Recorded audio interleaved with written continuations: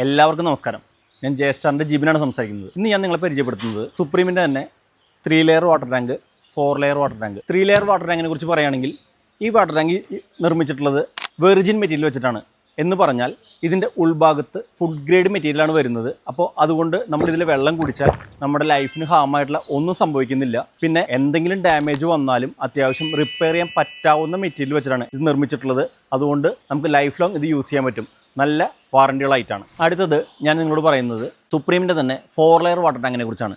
4 layer water tank എന്ന് പറഞ്ഞാൽ നമ്മൾ സാധാരണ വാട്ടർ ടാങ്കുകൾ വാർക്കയുടെ മുകളിൽ വെക്കുമ്പോൾ വെള്ളം ചൂടാവുന്നൊരു പ്രശ്നമുണ്ട്.